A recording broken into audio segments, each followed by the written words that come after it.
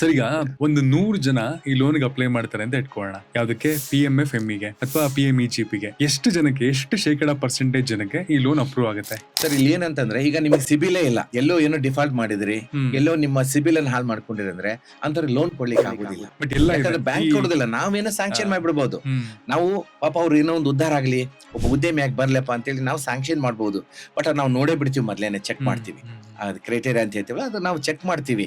ಅಂದ್ರೆ ಸಿಬಿಲ್ ಇಲ್ಲ ಅಂದ್ರೆ, ಅಥವಾ ಅವ್ರ ಮನೇಲಿ ಯಾರಾದ್ರೂ ಇದು ಸಿಬಿಲ್ ಚೆನ್ನಾಗಿರೋರು ಅವ್ರು ಮಾಡ್ಬೋದು. ಈಗ ಗಂಡನಿಗೆ ಒಂದು ಸಿಬಿಲ್ ಹೋಗಿದೆ ಅಂದ್ರೆ, ಅವ್ರ ಪತ್ನಿ ಅವ್ರಿಗೆ ಚೆನ್ನಾಗಿ ಸಿಬಿಲ್ ಇದ್ರೆ ಅವ್ರು ಮಾಡ್ಬೋದು. ಈಗ ಬ್ಯಾಂಕ್ ಇಂದ ಒಂದು ಅಪ್ರೂವ್ ಸಿಕ್ಕಿದೆ, ನಿಮ್ ಕಡೆಯಿಂದ ಅಪ್ರೂವ್ ಸಿಗಬೇಕು ಅಂದ್ರೆ ಏನ್ ಮಾಡ್ಬೇಕು? ಫಸ್ಟ್ ನಾವೇ ಅಪ್ರೂವಲ್ ಕೊಡ್ತೀವಿ, ಆಮೇಲೆ ಬ್ಯಾಂಕಿಗೆ ಹೋಗುತ್ತೆ. ಇಲ್ಲಿ ಬ್ಯಾಂಕ್ ನಿಂದ ಆ ಕಡೆಯಿಂದ ಬರೋದಿಲ್ಲ. ಸರ್ಕಾರ ಯೋಜನೆಗಳು ಯಾವಾಗಲೂ ನಾವಿಲ್ಲಿ ಅವ್ರನ್ನ ಇಂಟರ್ವ್ಯೂ ಮಾಡ್ತೀವಿ, ಮಾರ್ಗದರ್ಶನ ಮಾಡ್ತೀವಿ, ತರಬೇತಿ ಕೊಡ್ತೀವಿ, ಪ್ರಾಸೆಸ್ ಹೇಗಾಗುತ್ತೆ ಹೇಳ್ತೀವಿ. ನಾವೇ ಈಗ PMFN ಅಂತ ನಿಮ್ಗೆ ಹೇಳಿದ್ರ, ಜಿಲ್ಲಾ ಸಂಪನ್ಮೂಲ ವ್ಯಕ್ತಿಗಳ ಅಧಿಕಾರಿಗಳಿದ್ದಾರೆ. ಅವ್ರು ಏನ್ ಮಾಡ್ತಾರೆ ಅಂದ್ರೆ, ಅವರೇ ಒಂದು ಪೋರ್ಟಲ್ ಇದೆ, ನಮ್ದು PMFM ಯೋಜನೆ ಇದೆ, ಅದು ಪೋರ್ಟಲ್ ಇದೆ.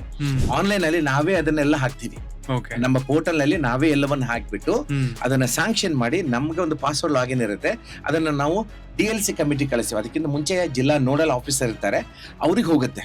ಅವರು ಅದನ್ನ ಮತ್ತೆ ವೆರಿಫೈ ಮಾಡಿ ಅದನ್ನೇನ್ ಮಾಡ್ತಾರೆ, ಜಿಲ್ಲಾ ಆಡಳಿತದ ಒಂದು DLC ಕಮಿಟಿ ಅಂತ ಇರುತ್ತೆ, ಡಿಸ್ಟ್ರಿಕ್ಟ್ ಲೆವೆಲ್ ಕಮಿಟಿ ಅಂತ ಹೇಳಿ, ಮಾನ್ಯ ಜಿಲ್ಲಾಧಿಕಾರಿ ಕಮಿಟಿ ಅಂತ ಇರುತ್ತೆ.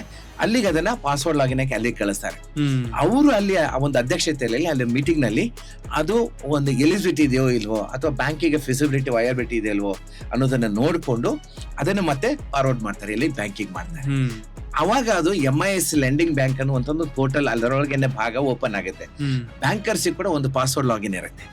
ಅವರು ಓಪನ್ ಮಾಡಿಬಿಟ್ಟು ಅದನ್ನ ನೋಡ್ತಾರೆ. ಯಾಕಂದ್ರೆ ಮೊದಲೇ DRP ಹೋಗಿ ಜಿಲ್ಲಾ ಸಂಪನ್ಮೂಲ ವ್ಯಕ್ತಿಗಳು ಅಭ್ಯರ್ಥಿನ ಕರ್ಕೊಂಡು ಹೋಗಿ ಬ್ಯಾಂಕಿಗೆ ಹೋಗಿ ಭೇಟಿಯಾಗಿ ಬಂದಿರ್ತಾರಲ್ವಾ, ಅವರು ನಾವು ಹಿಂಗ ಹಾಕ್ತಿವಿ ಅಂತ ಹೇಳ್ತಾರೆ. ಮತ್ತೆ ಫೋನ್ ಮಾಡಿರ್ತಾರೆ, ಸರ್ ಹಿಂಗೆ ನಾವು ಹಾಕಿದ್ದೀವಿ, ನಿಮ್ಮ ಪೋರ್ಟಲ್ ಅನ್ನ ಓಪನ್ ಮಾಡಿ. ಅವ್ರಿಗೂ ತರಬೇತಿ ಕೊಡ್ಲಾಗಿದೆ. ಈಗ ಅದನ್ನ ಹೇಗೆ ಪೋರ್ಟಲ್ ಅನ್ನು ಓಪನ್ ಮಾಡ್ಕೋಬೇಕು, ಹೇಗೆ ಪಾಸ್ವರ್ಡ್ ಹಾಕ್ಬೇಕು, ಅಲ್ಲಿ ಹೋಗಿ ಹೇಗೆ ಅವರು ಪ್ರಾಸೆಸ್ ಮಾಡಬೇಕು ಅಥವಾ ರಿಜೆಕ್ಟ್ ಮಾಡಬೇಕು ಅಥವಾ ಸ್ಯಾಂಕ್ಷನ್ ಮಾಡಬೇಕು, ರೆಕಮೆಂಡ್ ಮಾಡಬೇಕು. ಅಲ್ಲಿ ರಿಮಾರ್ಕ್ಸ್ ಗಳ ಏನಾದ್ರೂ ಒಂದು ತಪ್ಪುಗಳಿದ್ರೆ, ಅಥವಾ ಅವ್ರದ್ದು ಆಗ ನೋಡುವಾಗ ಸಿಬಿಲ್ ಇಲ್ಲ ಅಂತಂದ್ರೆ, ಎಲಿಜಿಬಿಲಿಟಿ ಇಲ್ಲ ಅಂದ್ರೆ, ಅವಾಗ ಅವರು ಅಲ್ಲಿನೇ ರಿಜೆಕ್ಟ್ ಮಾಡ್ಬೋದು.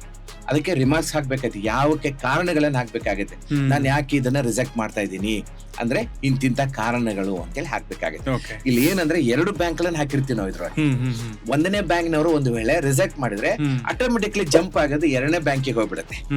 2ನೇ ಬ್ಯಾಂಕಿಗೆ ಹೋಗುತ್ತೆ, ಅಲ್ಲಿ ಅವರು ನೋಡ್ಕೊಳ್ತಾರೆ. ಅವರು ಕೂಡ ಸ್ಯಾಂಕ್ಷನ್ ಮಾಡ್ಬೋದು ಅಥವಾ ರಿಜೆಕ್ಟ್ ಮಾಡ್ಬೋದು. ಅವ್ರಿಗೆ ಬಿಟ್ಟಿರೋದು ರೆಕಮೆಂಡ್ ಮಾಡ್ಬೋದು ಅಥವಾ ರಿಜೆಕ್ಟ್ ಮಾಡ್ಕೋಬಹುದು.